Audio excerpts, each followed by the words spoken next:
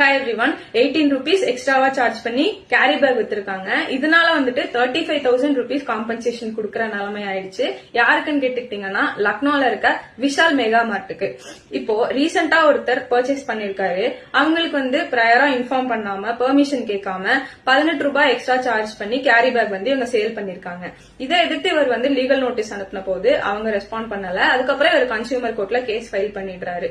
இதுக்கு கோர்ட் என்ன சொல்லிருக்காங்கன்னு பாத்துக்கிட்டீங்கன்னா trade practice and deficiency in service அப்படின்ற கிரவுண்ட்ல இவங்க வந்து இந்த கலெக்ட் பண்ண 18 ரூபாய் திருப்பி கொடுத்தாகணும். அது மட்டும் இல்லாம 25,000 ரூபாய் எதுக்காகன்னு கேட்டுக்கிட்டீங்கன்னா for causing mental and physical agony and litigation charges rupees 10,000. இந்த கேஸ் நடத்துறதுக்காக 10,000 ரூபாய் கொடுத்தாகணும். அதுவும் within 45 days.